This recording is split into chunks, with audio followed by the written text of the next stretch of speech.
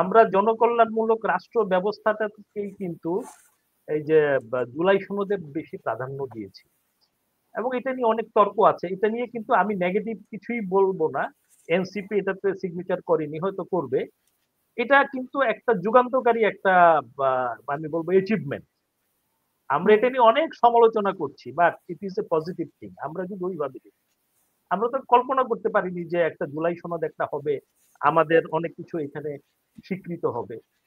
হ্যাঁ, এখানে আরো কিছু ইনক্লুড করা দরকার ছিল। প্রথমত আমি যেটা মনে করি যে আমাদের পররাষ্ট্র নীতি কি ধরনের হবে। আমরা কি নতজানু পররাষ্ট্র নীতি নিয়েই চলবো? আমরা কি স্বামী স্ত্রী সম্পর্ক নিয়েই চলবো, নাকি মাথা উঁচু করে দাঁড়াতে পারবো না? আমাদের পররাষ্ট্র নীতিটা এখানে আনতে হবে। এখানে আমাদের সার্বভৌমত্বের বিষয়টা আনতে হবে, যে আমার কোন স্টেটমেন্টে বা কোন কার্যকলাপে আমার সার্বভৌমত্ব ক্ষুণ্ণ হবে। আমি যদি বলি যে আমি ভারতকে যা দিয়েছি ভারত জীবনে ভুলবে না, বা আমি শুধু দিতেই জানি নিতে জানি না, এটাও কিন্তু একটা দেশদ্রোহী একটা উক্তি। এটা দেশদ্রোহিতার আওতায় এটা পড়ে। তো এই বিষয়গুলো আনতে হবে। এই কথা যেই বলুক, রাষ্ট্রের প্রধান বলুক আর যেই বলুক, আমার সমতার ভিত্তিতে আমাকে কাজ করতে হবে। তো এই বিষয়গুলো আসলে জুলাই সনদে এগুলো আনা প্রয়োজন ছিল।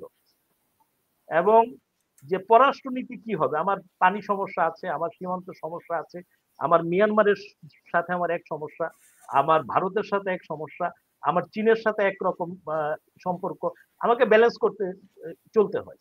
তো এই বিষয়গুলো কিন্তু জুলাই সনদে আসতে হবে, কারণ এগুলো সংবিধানে আছে।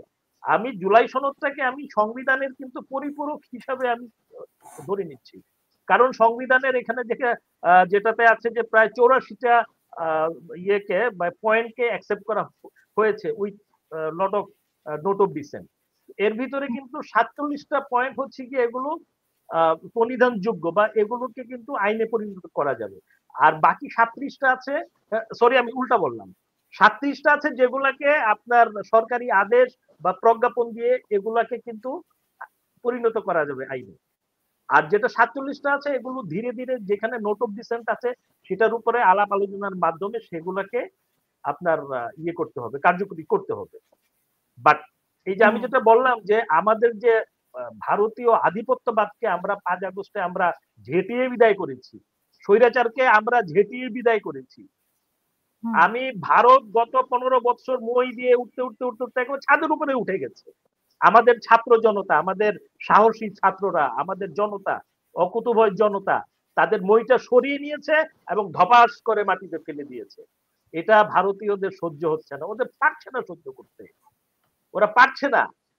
যার জন্য ওরা বিভিন্ন ধরনের ন্যারেটিভ নিয়ে আসে আমাদের জন্য, কখনো সংখ্যালঘু, তো কখনো নাশকতা, কখনো জঙ্গি। ওরা ডক্টর ইউনুসকে কি বলে যে উনি হচ্ছে অসুর, অসুরের মূর্তি বানিয়েছে। কিন্তু আমি আমি আরেকটা টক শোতে বলেছি, ডক্টর ইউনুসের যে অসুরের মূর্তি বানিয়েছে, I take it in good grace. অসুর মানে শক্তিশালী, তার মানে তারা ডক্টর ইউনুসকে মূল্যায়ন করছে। আমরা ডক্টর ইউনুসকে নিয়ে অনেক সমালোচনা করছি, বাট উনি যদি আজকে ক্ষমতায় না থাকতেন, অন্য কেউ থাকতো, তাহলে কিন্তু এতটাও হইতো না। তাহলে হয়তো আমাদের এই যে কি যে বলে মিরেশ্বরের চুক্তি এটা বাতিল হতো না। আমি এখন J-10C এয়ারক্রাফট কিনছি, আমাদের বিমান বাহিনী প্রধান বিদেশে আছেন, আমি কিনতে পারতাম না। এই বিষয়গুলো আমাকে দেখতে হবে। দোষ গুণ নিয়েই মানুষ। ডক্টর ইউনুস আমাদের, আমি সবসময় বলি, আমাদের 18 কোটি লোকের নেতা, আমরা তাকে বসিয়েছি। আমার সেনাবাহিনী, আমার রাজনৈতিক দল বিএনপি, জামাত, তারপরে এনসিপি তখনও হয়নি, বাকি দল সবাই বসিয়েছে, সবাই বঙ্গভবনে গিয়েছিল শপথ অনুষ্ঠানে। তো উনি যদি ফেল করে, বাংলাদেশ ফেল করবে, 18 কোটি মানুষ ফেল করবে। তো এটা। আর আরেকটা যেটা বললেন যে 22 তারিখ একটা ইয়ে আছে, জুলাই সনদের কথাই যদি আমি বলি, এক লাইনে যদি আবার উত্তর দেন, তাহলে জুলাই সনদটা কেন এরকম করে এত বড় একটা জিনিস কেন এত সংক্ষিপ্ত আকারে সরকার শেষ করলো? মানে এটা কি শুধুমাত্র বুঝ দেওয়ার জন্যই একটা সনদ, নাকি এটা আসলে কাজ, মানে কাজ হওয়ার মতো একটা সনদ? না না, এটা তো সরকার শেষ করেনি, এটা শুরু হলো মাত্র।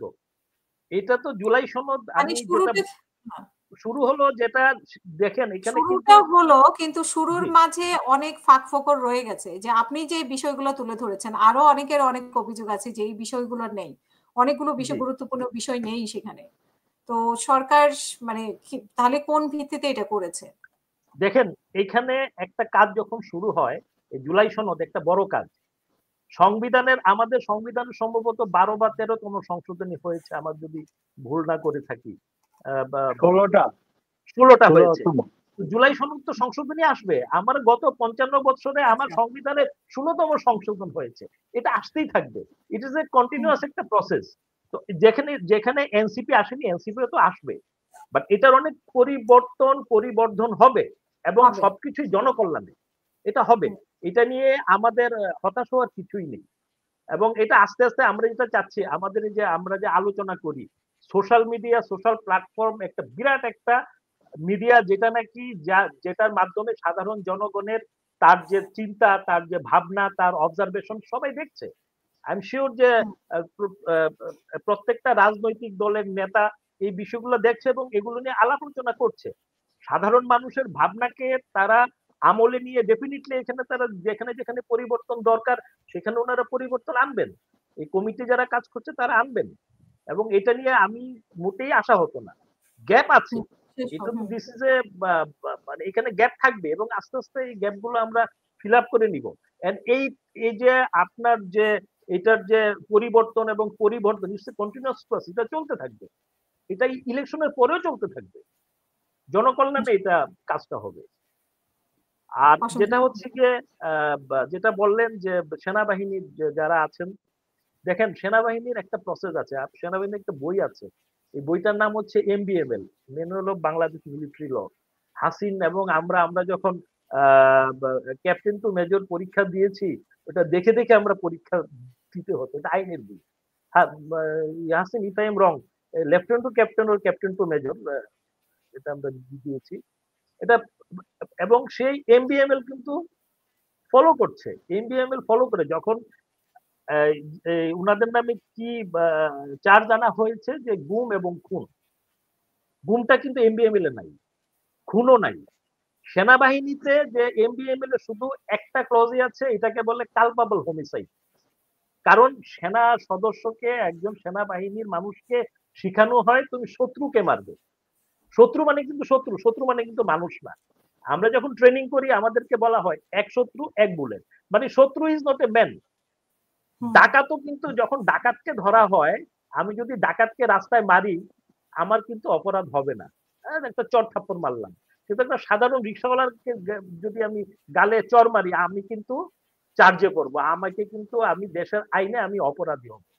সো এটা হচ্ছে কি, এটাকে বলে আপনার এটাকে কি বলে, মানে ডিহিউম্যানাইজেশন বা এই ধরনের একটা শব্দ আছে ইংরেজিতে, যে আমাকে কিন্তু ওইভাবে আমাকে তৈরি করা হচ্ছে।